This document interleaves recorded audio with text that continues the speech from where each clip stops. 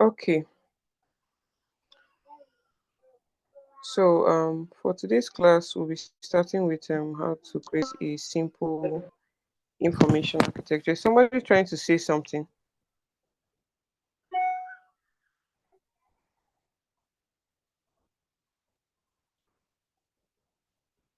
Okay,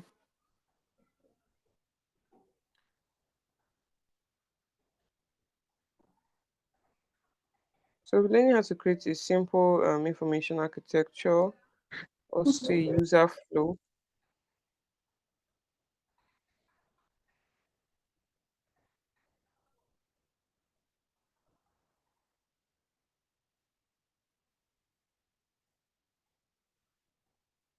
Sorry, I'm a little bit distracted. I think somebody unmuted their mic. So let's continue. So for today's class, learning how to create information architecture, user flow, and design systems. So we're learning how to come up with a simple design system and reviewing other design system of big tech companies. So let's start with the information architecture. So there are different ways to create your information architecture. So let me create a new let me open Figma. You can use a Figma document or you can make use of FigJam. So Figma has this thing called FigJam that you can use for your user flow diagram. You can also use it for user research too. So this is how FigJam look like. So we'll be using it to create simple information architecture for this particular website. So let me open this website. So I'll be introducing us to landing folio later. So this is basically a place where you can get inspiration for designing landing pages and websites. So we'll be talking about that later. So let's just focus on creating an information architecture. So when you want to create information architecture, there is something called parent pages and children pages. So the example of parent pages are these products. You can see this link here: product, customer, insight, pricing, change log. All these are parent page because when we hover on this, now you can see that there are other links under products. We have two categories, which is capability solutions, and we have links under them which links to different pages. So you can also notice for this one too, customers, the children pages are all these pages.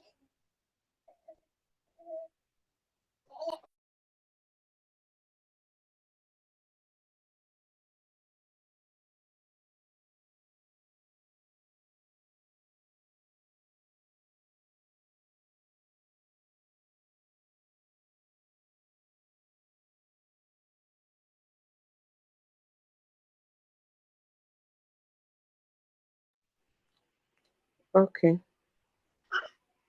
so let's continue. So for the parent pages, we'll be differentiating it with some colors. So let's create a rectangle. So to create a rectangle in FigJam, so let me come to my FigJam page. So I'll just call this information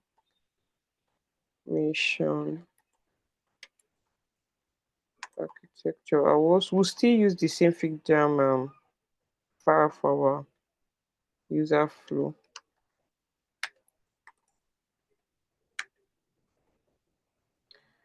So this is a FigJam file.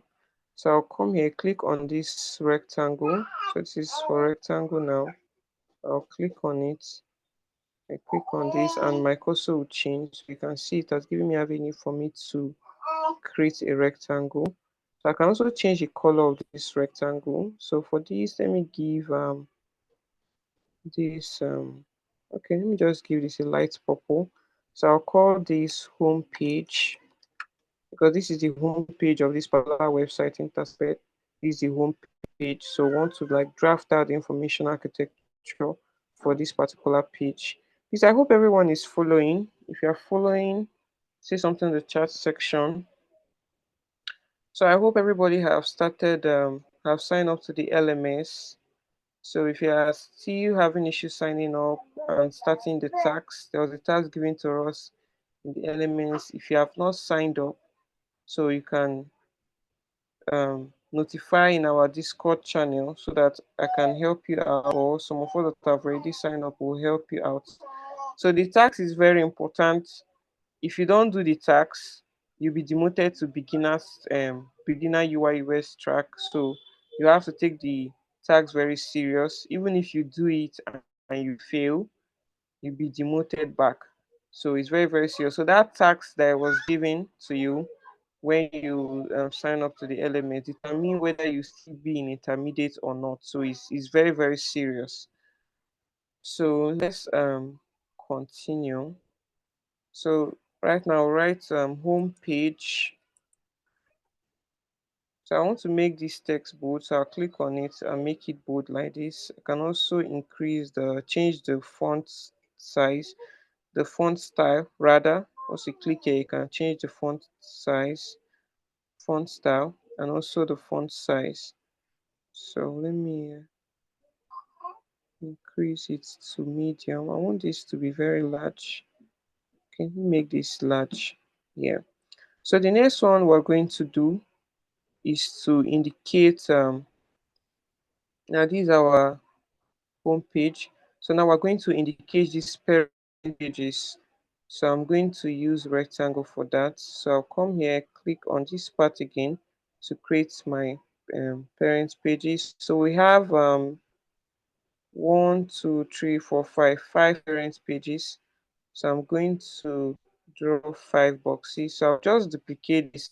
I'm holding down, or there are different ways to duplicate. You can hold down Alt or Option key. If you are using Mac, you use Option key or Alt on your Windows to duplicate. So I'll just duplicate this into 5 places. So do this like this. So I'll make sure they have equal space between them. So you can see the line that is showing us, that is guiding us to show us that we have equal space between them. So I'll duplicate this. So we have 1, 2, 3, 4. So we have 4 now.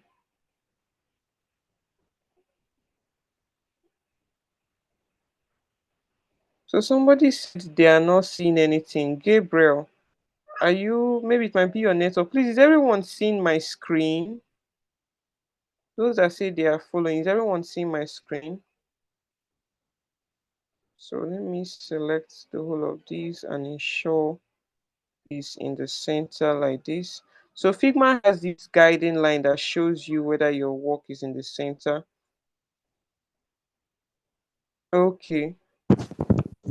My mic my mic is not muted. Somebody said my mic is muted. My mic is not muted though. I feel maybe it's your network. Okay, okay. So let's continue. So now let me come back to my FigJam file. So I've aligned this to the center, then I'll start giving them this name. So I'll call this products. So let me give the name it quickly. Products.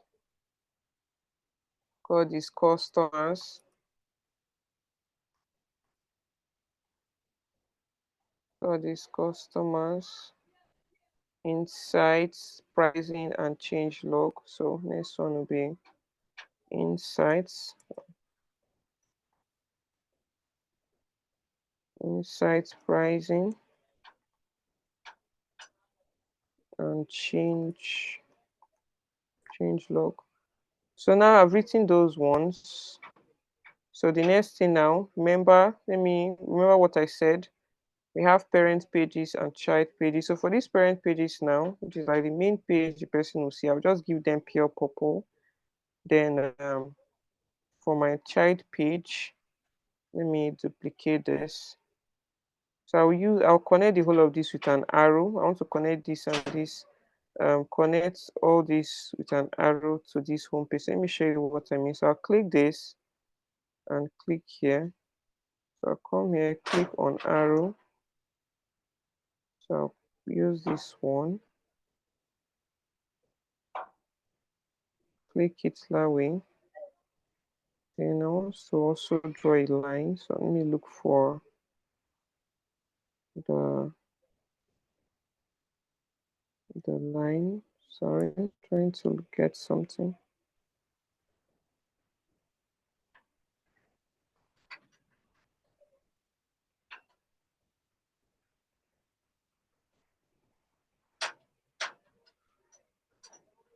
I think this should change. Okay, so I don't know. Let me just escape this. Let's continue. Okay, I think I've seen the line. Okay, this is the line. So let me do it again. So I'll click on this. Click on this one to delete. So I want to show you how to do it so that you understand.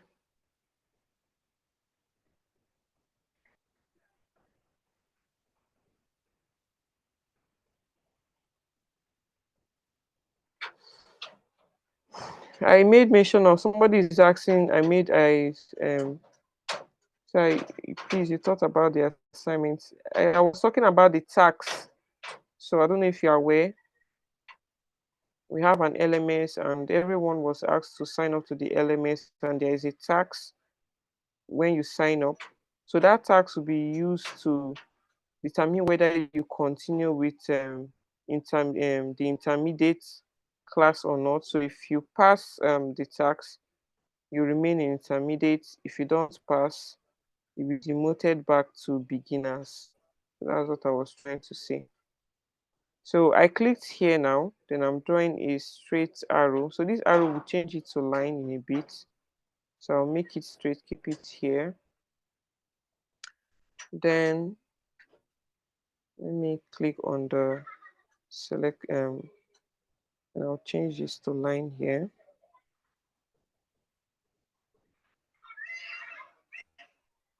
Change this to line, to a straight line. So let me see if I can invert this arrow. Let me click here and invert it. Okay, so let me just leave it that way.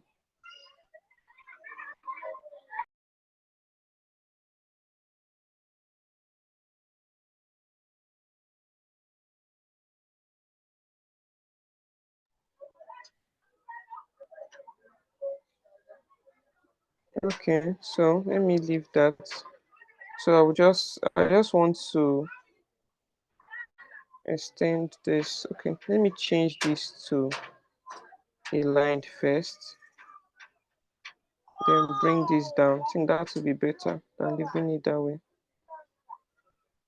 So I'll just quickly adjust it a bit. I'll use my hand tool, click here to spam across the file.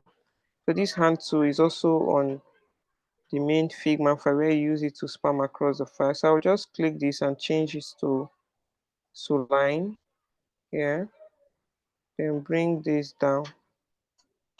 Bring it down like this. I just want to arrange it. So some people don't use this kind of chart for the information architecture. You can just do a random writing in a sheet of paper. I will show you what I mean in a bit. Your information architecture must not look like a chart like this. So, but if you want to like present your work, maybe in your portfolio or something, it's good you present your this way. So let me just bring this down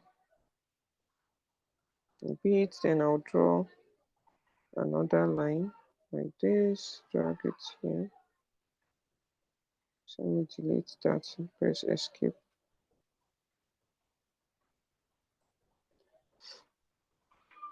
Come here. So I just want this to be in the center. So place it here, drag this, drop it here, drag this, drop it here, drag this, drop it here. And click on my pick tool and come here to spam close.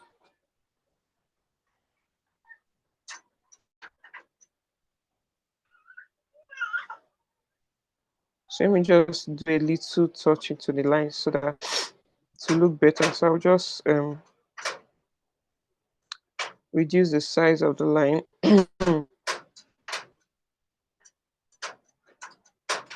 a bit.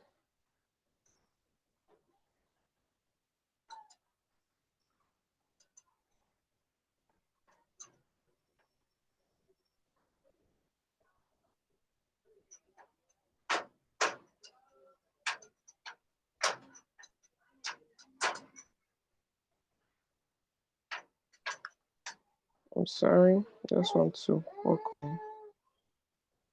on my lines.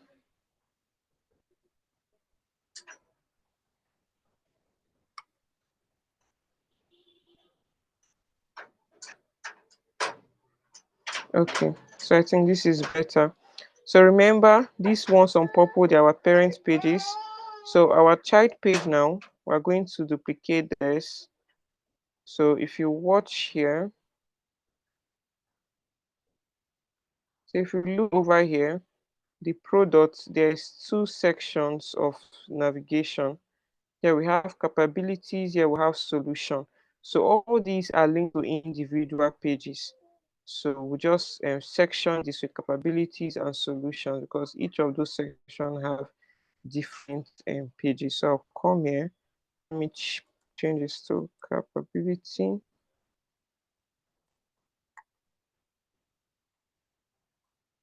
and solutions.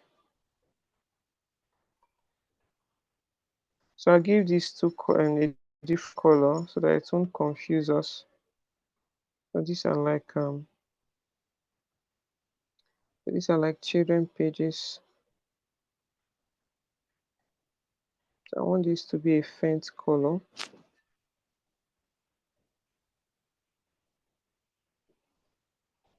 So you can see what I'm doing.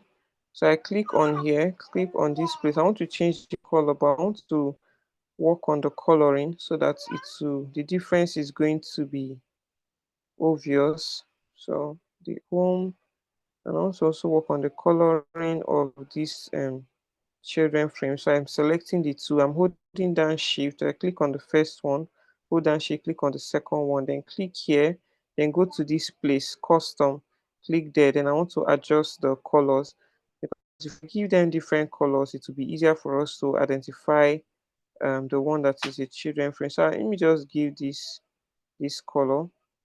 This is like indicating the heading of the children. Then I'll come down here.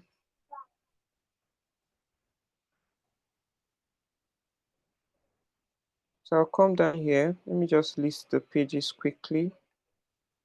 I'll duplicate here. Under solution, we have like different pages, like 5. I'll just duplicate it this way. Under solutions, duplicate here. Capabilities have a lot of links. So I'll just duplicate it like this.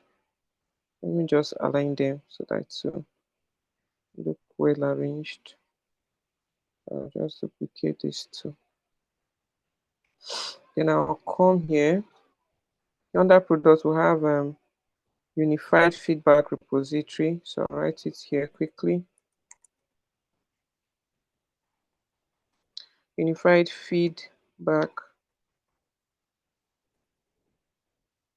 So let me expand this.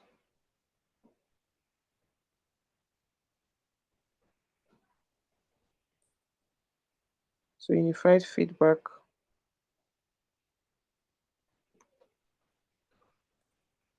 Unified feedback repository. So that's the page.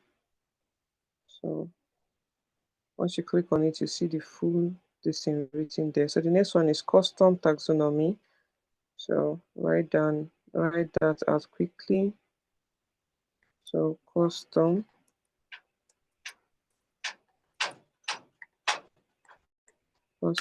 tax. So the next one we have here is insight and close the loop. Insight. So let me do that quickly. Insight and close the loop. That's the name of that page. So the same way we did this, you can, let me change this to, so I'll call this integrations. Let me change this. So let me bring this here. Arranging them in area of hierarchy the way they arranged it. Because most times you might want a particular page to come before another page. I want to rearrange them the wrong way. So I'll call this one insights. So for this one now, so still the product here. For the solutions, let me go in solution. We have product, voice of customer, customer experience, and leadership. I did not complete this because of time, but if you can, sorry, let me show you something. If you can do this ones, you can also outline others, so which is easy. So I just want to list out the one under solution. So let me change the color of this because these are the main children pages so that it will be easier for us to identify them. So I'll come to custom and change the color to another color.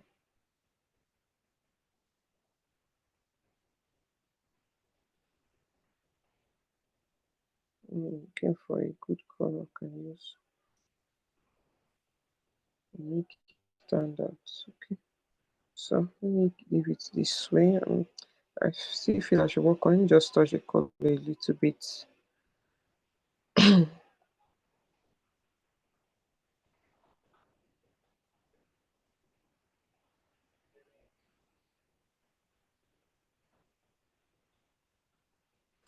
Okay, so I think this is better to indicate our children pages. So I'll duplicate this, then I'll duplicate this one quickly because all our children pages will have this color. So I'll just paste that here. So so for products, remember under products we have two sections, which is capabilities. We have listed links in the capabilities, and we have solutions. So for solution, we have first one is product. So I'll come here, call here products, then we'll call, then the next one is we have voice of customer. All these things are pages, so remember voice of customers.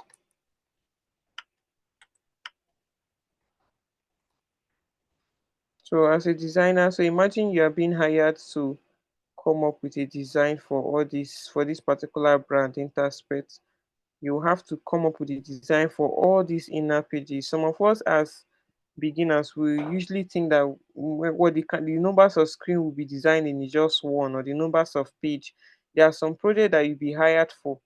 The numbers of pages you design for the website might be 100 pages or 50 pages, 30 pages. You have to design it, and you also need to make sure that all your elements are consistent. So after creating this, after we go through this information architecture and user flow, we're going to learn about design systems, because it's actually going to make your designs to be very, very consistent. So let's just continue. Let's continue.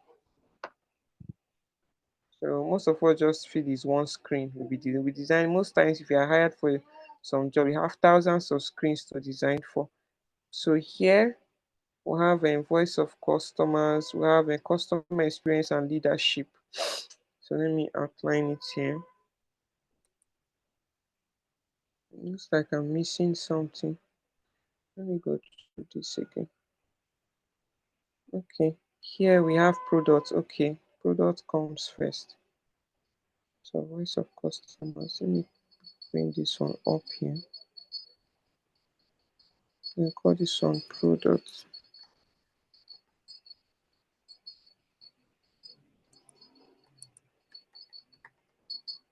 Sorry, let me change this. So the voice of customers comes second.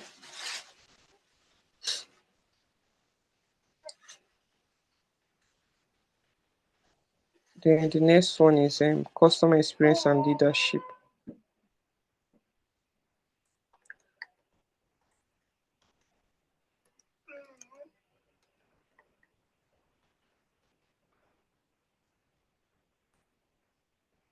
Use and symbol. Okay, customer experience, then leadership here.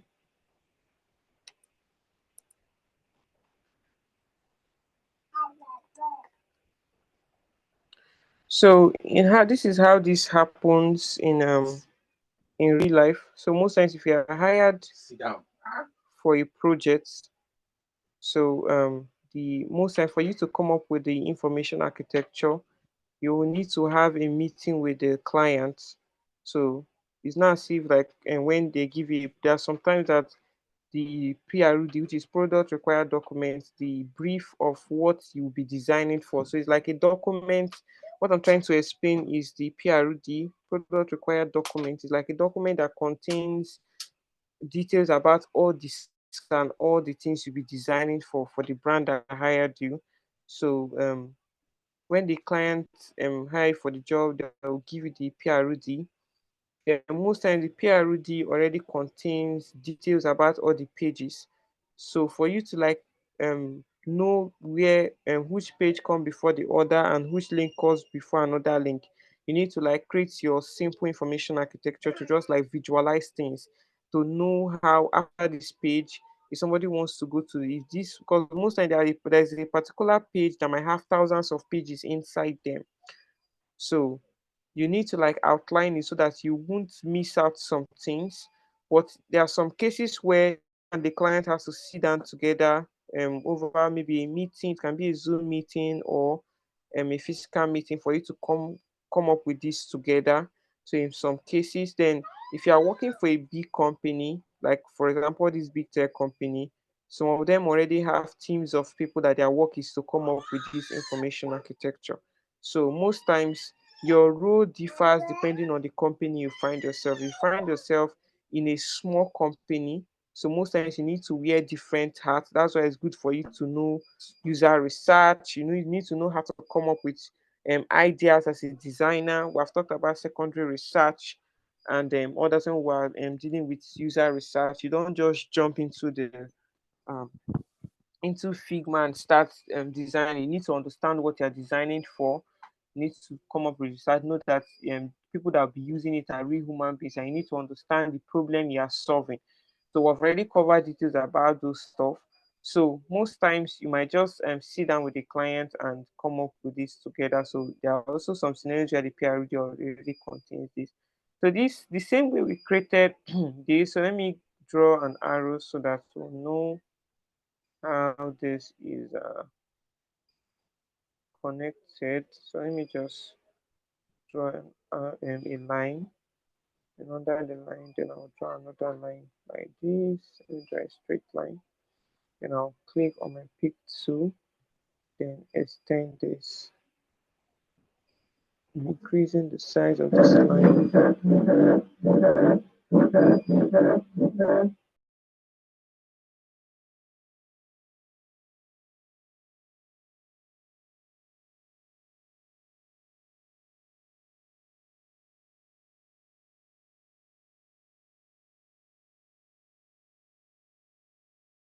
Okay, let's continue. Sorry for the noise. So I just want to connect this so that we know the one that is connected. So let me just zoom so that this will be clear. I know I'm drawing my line. I'll come back to my pick tool. So I'll just extend this line to make sure it's touching the tip like this. Then I'll duplicate this with my Alt. You can use Control, but I'm used to using Alt. Just duplicate so that it will be in the center. So from this, let me draw a line so that it will all be connected to each other. So let me do that quickly.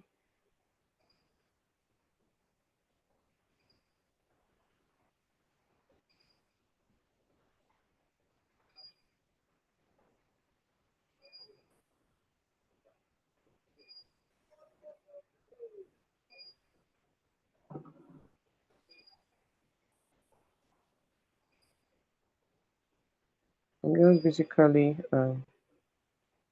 connecting each of them. Can you see my fig jam now? Somebody said that you can't see my fig jam. So I'll also be appointing course rep.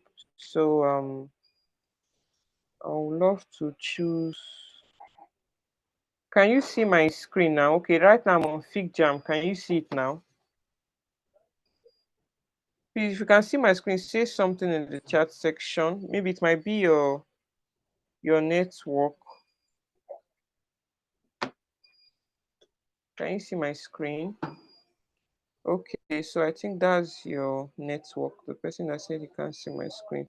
So I would love to appoint course rep. So there is this particular girl. I don't know if she's on this call. Is it Ruhina or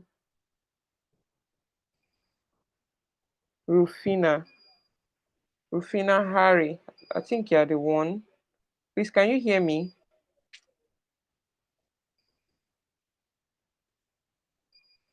Please unmute your mic and speak.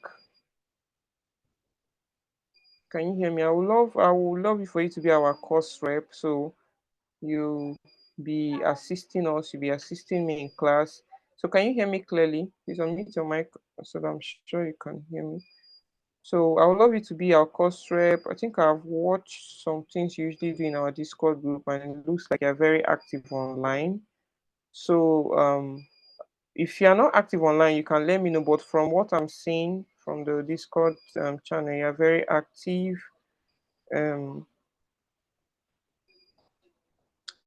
Rufina, can you hear me? Yes, ma, I can hear you. Okay, so I would love to make you the course rep. So I will need an assistant. So I think the assistant, I'll be choosing the person in our next class, but you be the lead course rep. So you'll be assisting me, assisting us. So most times during our meeting like this, you'll be made a co-host so that whenever maybe my internet goes off and I mistakenly leave the call, you can always give me access for me to share my screen. I don't know if you understand what I'm explaining. Yes, ma, I understand. Yeah, and also you also just keep up with what you have been doing. Like most times when people drop message on the group and you reply, so that's why you caught my eye because yeah, in as much as a student, you're also trying to help others. So that's a very good leadership quality. So please take note of that. I'll be submitting your name to the admin. I think the admin will reach out to you later if that's okay. So All so right, yeah, so thank you, ma. that's it. Okay. So let's continue. So I'll just draft out the line here. Just do that quickly. So as a course rep and refiner, you need to be very active online too. So that's why I know you're already active, Sha. I know you're active. You need to be very active. You need to be always be in class. So let me duplicate this line.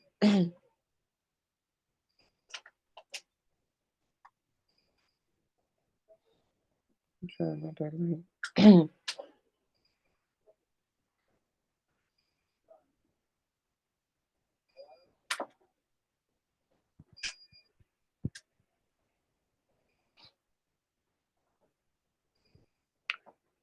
Okay. So this is like a simple information architecture. So the same way we noted out um the same way we noted out the pages for all these ones listing out the parent pages and the children page. You can do this for each of those because if you look under these customers, there are other pages under it. So that would be the children page. This is the parents page here. You can see we give our parents pages this color, then our children pages is this color to help us separate them. So you can repeat this for others or for any other website at all if you want to know the information architecture of that website. So another So another one now is user flow. So user flow diagram is a step-by-step visual mapping that outlines the tasks that the user does. So even despite the fact you have done your research, you when you're about to, before you start designing, especially when you're coming up with your um you're trying to like map the tasks of the user, how the user carry out tasks in the app. You also need to like draw this diagram to actually like visualize from this point to this point, what would the user be doing? If the user faces an issue here, what will happen? So you also be tracking point from when the user downloads the app. So let's look at a simple information user flow rather. So if you look at this one here, you can see we track when the user opened the app. So new user, the person is a new user. So for a new user now, new any app you use, the new user always creates an account. So if the person is not a new user, if it's not the first time the person is using the app, the person will log in. So if the person is trying to log in and the person has issue with their password, if the person have issue with their password, person will go to forget password. If the person does not have issue with the password, the person will come to home. So you're basically like tracking the activities of the user, how the user move from one point of the app to another point, and how the user like carry out tasks. So you're just trying to draw a diagram to make it visible to you on how the user is going to move. So through this, you can also like know some kind of little issue that the user might have, because most times we as the junior designers, we tend to design some stuff on a happy part. There's something called happy part and edge case scenario. So for example, somebody sign up to the app and come to the app for the first time, the person sign up, the person from sign on, the person start using the app, the person did not face any issue at all. So that's like the happy part. But there are some cases that anything can happen. There are different issues that happens to user whenever they use an app. There are different issues that might come up. Issue might some issue like internet connection issue. What if the user have poor internet connection? What if the user enters a wrong password? How can the system give the user feedback so that the user can know the exact password to use? What if the user entered a wrong information? It can be for any system at all. What if the user tap on something wrong? What should happen? So this thing I'm trying to explain is called usability heuristics. So your system should be able to like give the user feedback. So because despite the fact you have done your research, you should also design for state when the user might make a particular issue. The simple way to explain this is, for example, there are some scenarios where the user might enter a wrong information. It might be a password, it can be a username. Your system should give the user feedback. Oh, you have entered a wrong password. So it's one thing to tell the user you have entered the wrong password. It's another thing to let the user know how should they enter that password in a way that they won't face that particular obstacle in the app. So as we move on, things will start becoming clear. So most times we tend to forget that, oh, we are also to design for edge case scenarios where something might happen in the app. What will happen? What particular color is going to show the person enter a wrong password? What particular color is going to show when the app is giving a user notification to sign up to tap on a particular place? So all these kind of things actually help the user and help the enhancement of your application. So whenever I call application, remember I'm not just referring to app, I'm referring to desktop application and SaaS application, websites, digital product as a whole. So that's what I'm referring to. So let's move on with our user flow. So you can see here when the person enters the correct password, it brings the person to the home page. So from the home page, the person moves to all categories. So this is like for an e-commerce site. So when the person comes to all categories, when the person click on the menu, the person see menu details. And then if person this menu means the person click on a particular product, the person see product details, the person can um add the item to cart and all this. So we're just basically mapping every flow that the person is going to flow and the person is going to pass when they are trying to achieve a particular task. The task might be, oh, the person is trying to shop for something, it's an e-commerce application. The person is trying to, let me say, shop for a particular product. What flow would the person pass through? Despite the fact you have already arranged all your information in a way that the user can understand, you also need to track the user's flow. For example, person wants to achieve a particular thing, or how would the person pass? Person, because there might be different reasons different people come to your plan, because there are some apps that have different features. So for each features now, you need to track how the user is going to use it, how the user move from point A of that feature to point B. So this is basically what user flow help us to do. So you can see here when the person enters a wrong password, the person goes to forget password, enter the person's email, and then the person resets their password. So and when the person is done with that, the person comes back to log in. When the person log in and the information is correct, and the person go back to home page. So most of all these shapes that we use, if you notice on this user flow diagram we are looking at here, I think let me um, export this as a PDF and paste it on the Discord channel. Let me just export this. I'm exporting it as PDF.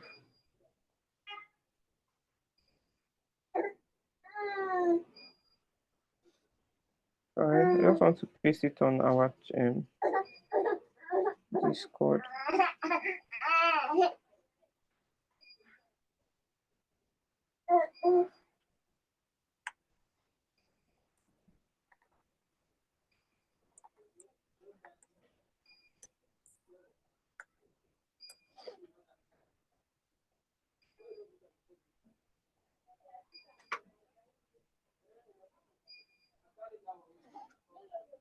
So me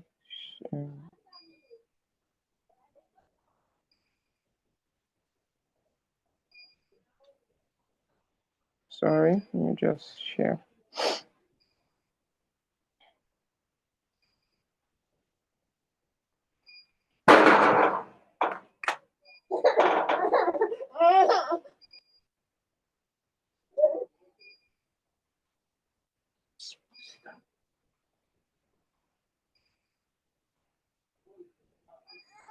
Okay, maybe I'll send it later. So let me know next time looking for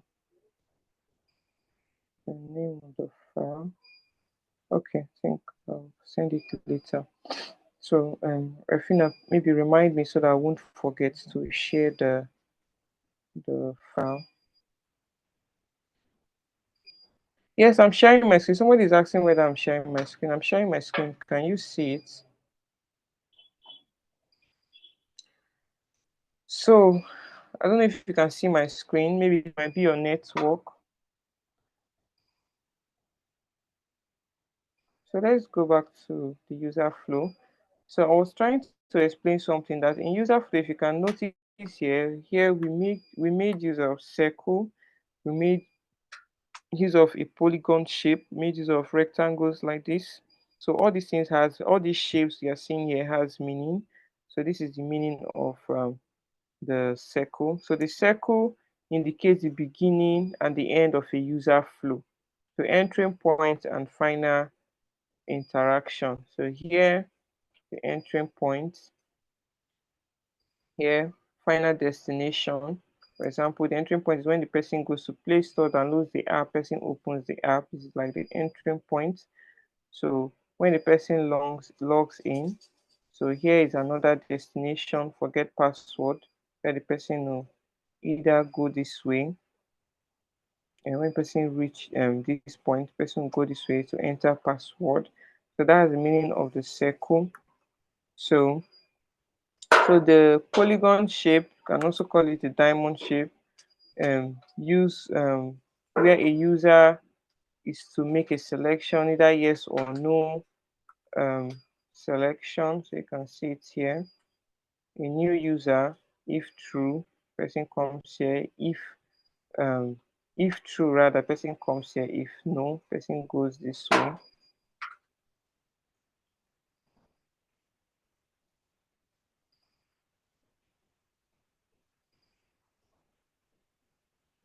Okay, so you see we also have so the polygon is used for decision making. So summary of the polygon or diamond shape is used for decision. Then this rectangle is used for process, like trying to explain the process the person is going to. You can see it here. Then these arrows is just basically used to connect the whole flow together, showing the direction, is connecting each of them together, showing the direction of the person is going to be moving. So that's it for user flow. So let's go over to design system. So imagine you are working for a big company. You are working for a very big company where they have 50 designers in one team, and each of those designers.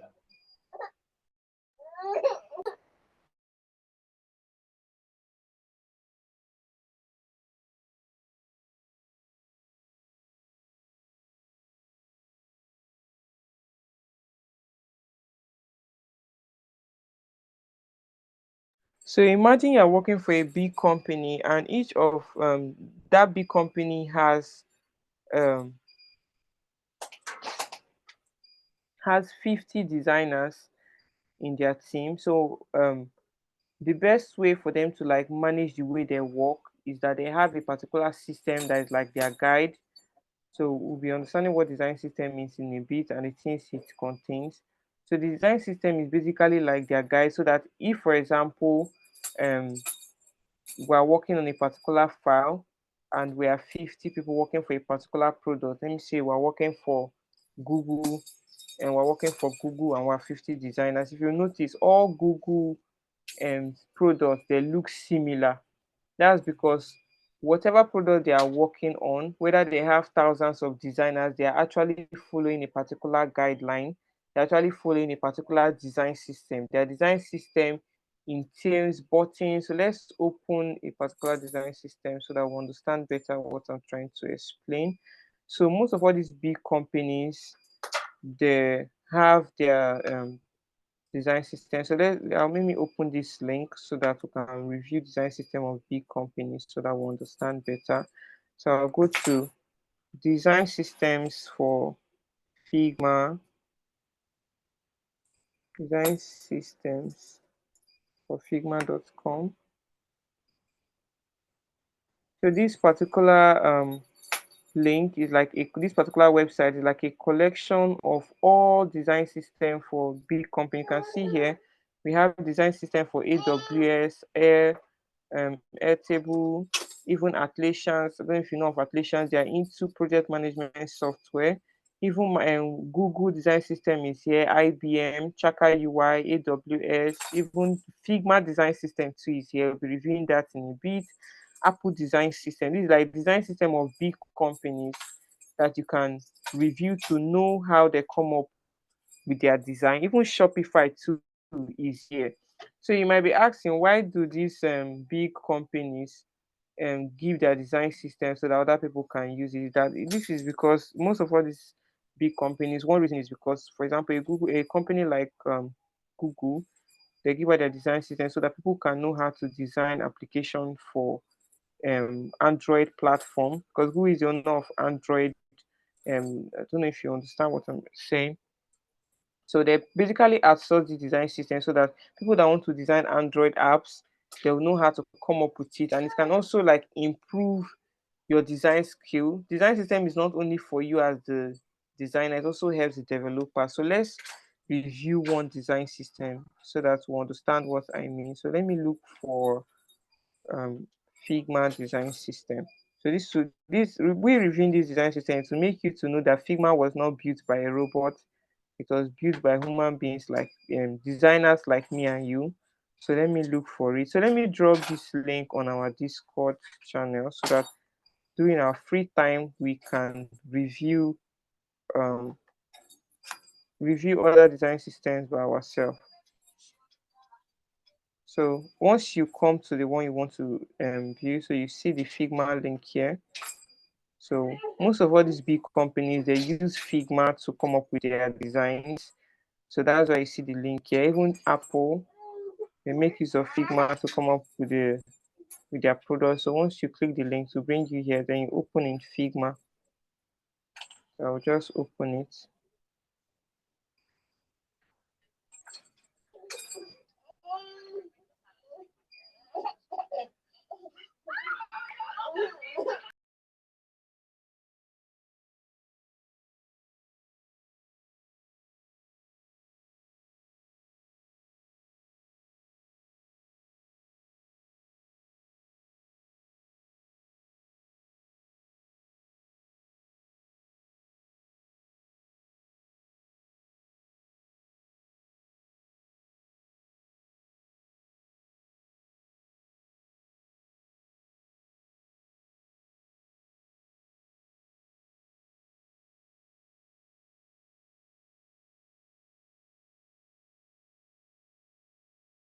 I'm sorry, I was muted. So now this Figma file has opened.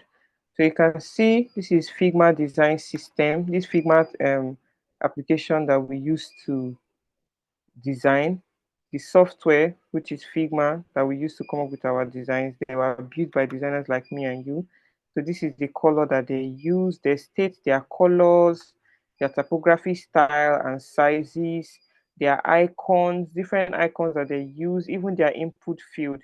So the one important of design system is that if, for example, Figma has 50 designers in their team, the designers will not be designing different things, because just like, for example, my design and your design might not be the same because we're two different people.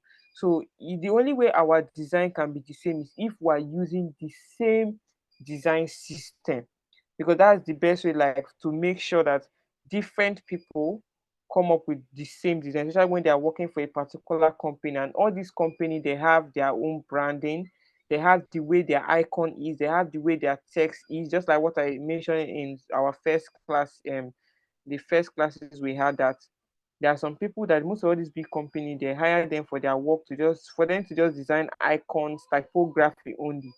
But most of all these opportunities, you only see it for big tech companies. So these big tech companies, why they come up with their own special typography, most of all this typography, you cannot if somebody's trying to say something. Okay, I was thinking somebody was trying to say something. So most of all these typographies, sometimes if you try to look for the typography that Figma is using to design their software, you might not see, because this typography, there is somebody that their work is just to design typography for, like, the design the typography that is meant for just, if only Figma will be using it.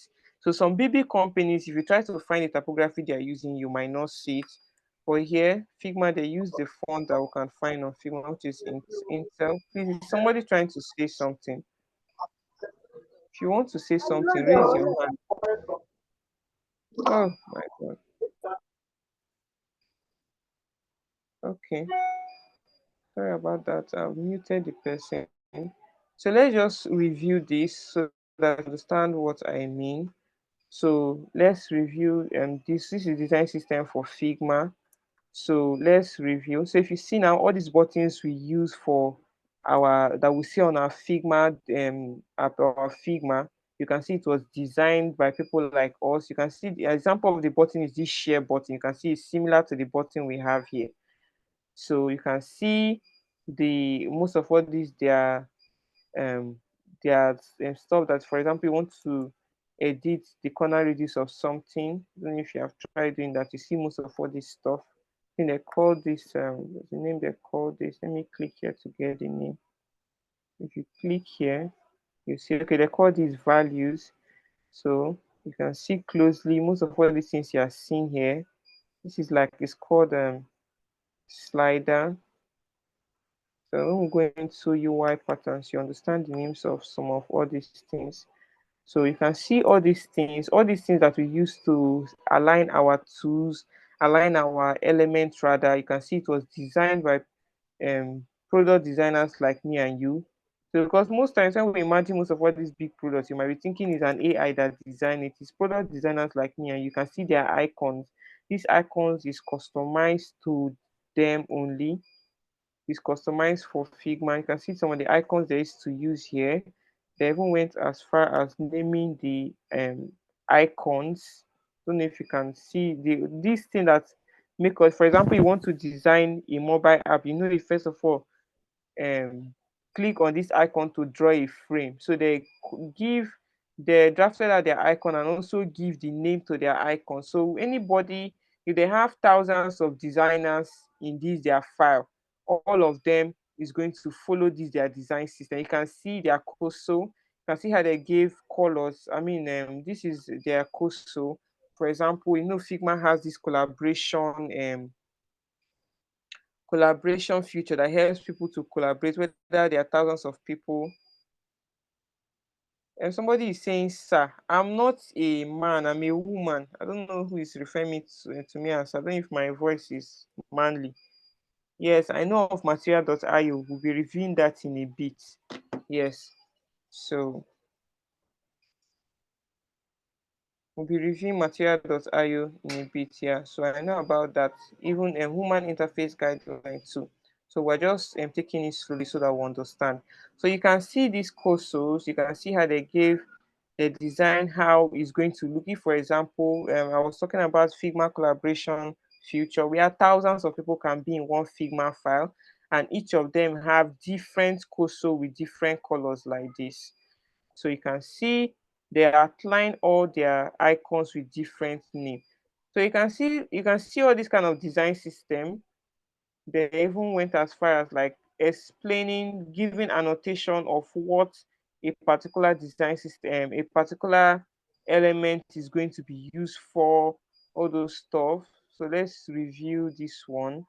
So you can see most of all these drop downs that used to come out when we right click on something. I think this is for frame. This one is for this panel. You can see this thing now is look like this panel that is on our right hand side. You can see that all these things are designed. If you double click, you notice that all these things are designed. Double click on it, you see it's an icon. It was designed by product designers like me and you.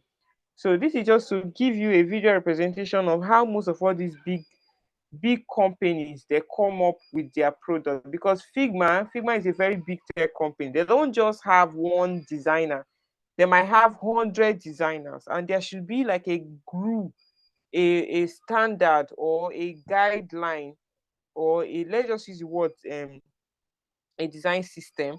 There should be a design system where each of these designers they follow, so that whenever they are designing anything for Figma or designing any feature of Figma, all their design looks similar. Because by default, if me am to design and you are to design, our design is going to be different. But if we're working for a big company, we are to follow their the design system of the company, so that we'll not start designing from scratch. So, me looking at this one for Figma, you can see that if let's look at some benefits of design system. It helps to save time and it helps you to design faster. So in a scenario where you are hired by Figma to design, you will not start thinking to design most of all these things from scratch, because designing all these things takes time.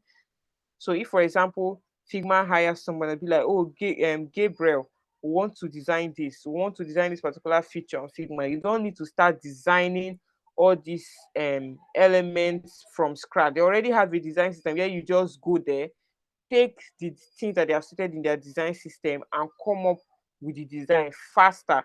So most of all these big company, how they do all these kind of things is that there are some set of people that their work is just to come up with design system. They are paid only to come up with design system. There are also some set of designers that their work is to use those design system and come up with the overall look of the software. So that is for only big companies. So in a scenario where you're working for a company that does not have big budget, like most of all these big tech companies like Figma and Google, your design system is not going to be as robust as this. You can look, if you can see here, you will know that this design system, it was not created in one day. You can see they even went as far as designing this top navigation bar here. I don't know if you can see what I'm showing you. everything here. They designed it from scratch. Everything was designed here from scratch.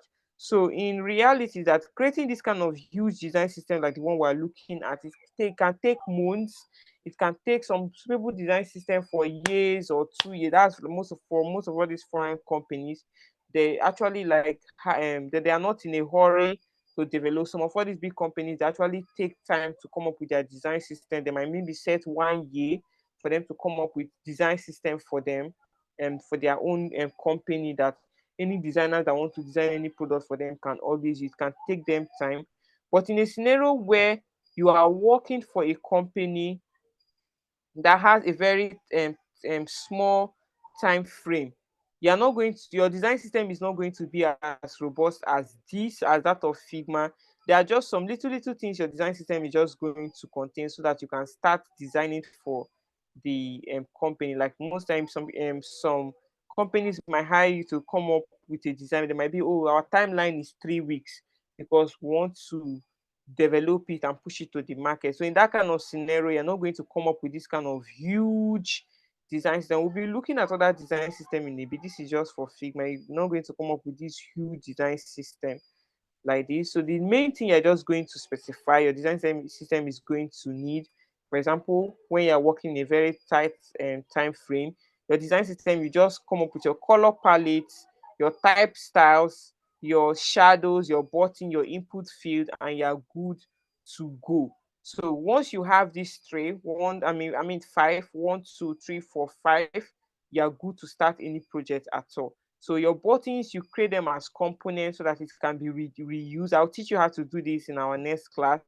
Then for your input field, you are going to also create them as components too, so that it can be easier for you to reuse. Then you save your color styles in your file and also your type style in your file, so that it can be easy for you. So I'll be showing us how to achieve this in our next class.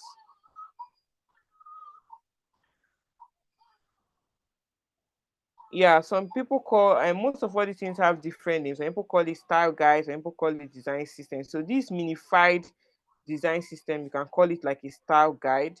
So some things in design, different people give it different name. Like, let me say Google might decide to call a particular element card, then Apple, they might decide to call it another name. So but they all refer to the same thing.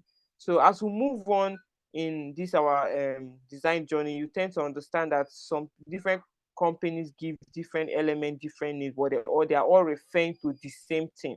So that's just it. So let's see, review some more benefits of design system. Another thing you also need to include in your simple style guide is also your grid. The grid, because some companies, when they hire you, especially when you're working a tight, not only when you're working it in a tight time frame, most times it's not most times, it's compulsory before you start designing, you create your grid either for mobile or for tablet or for web.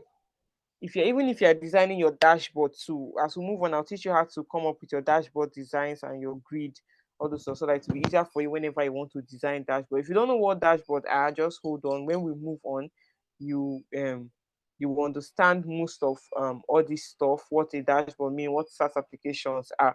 So another thing this your simple design system is also going to contain is your grid, because most times your developer will also want to know the grid you are using. For your mobile, you can decide to use 4-point grid or 2-point grid. Then for your desktop, it can be your website or your dashboard, you tend to use 12-column grid. We'll learn how to do the practical aspect of all this so that it won't be confused, because grid is very, very important. And also your spacing.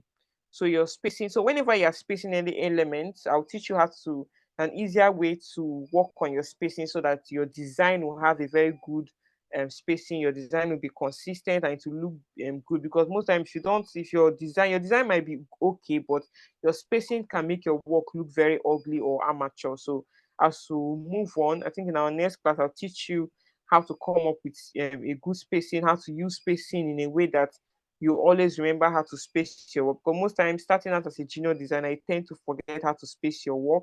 So there is this method called red square method that helps you to space your work with numbers that are divisible by 8, 4, or 2. So in our next class, we will be going deep into that. So another thing you also need to note in this your simple design system is also spacing, because spacing is also very important. So remember the two extra things I added here, your spacing and your grid, because it's very important. So let's go back to the benefits of design systems. So far, do anyone have any question? Anyone have any question? If you have any question, you can ask.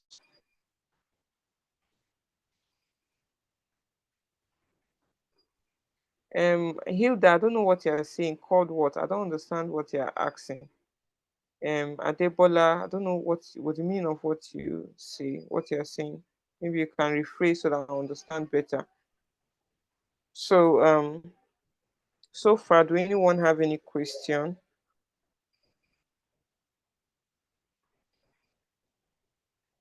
Yes, I said is spacing.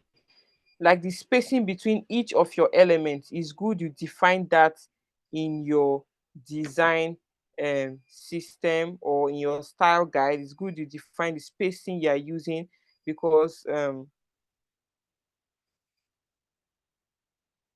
most times your developers will also want to know the spacing you are using for each element. I will show you how this happens so that it will be very good for you to communicate with developers, because most times we tend to forget that the what we're designing will actually be developed. We tend to just feel we're designing for ourselves. So you also need to know how to like collaborate with developers. Tadebola, you said something, she mentioned where something. I don't understand what you mean.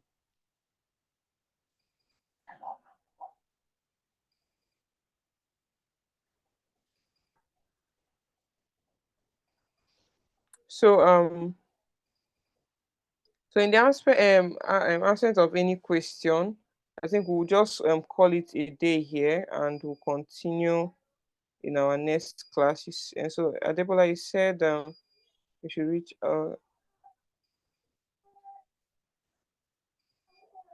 Yes, I called it. It's called rest square method. It's used for spacing where you make use of numbers that are divisible by 8, 4, or 2.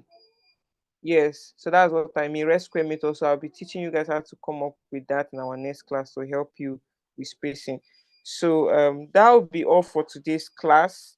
So ensure you sign up in the LMS. If you have issue sign up in the LMS, drop a message on the group so that you can be helped on how to sign up in the LMS. And remember that the task being given to you in the LMS is the deadline is on Friday. And also note that the when you pass the test, you continue the task, you continue with intermediate. If you fail the test or if you don't take the test at all, you'll be demoted back.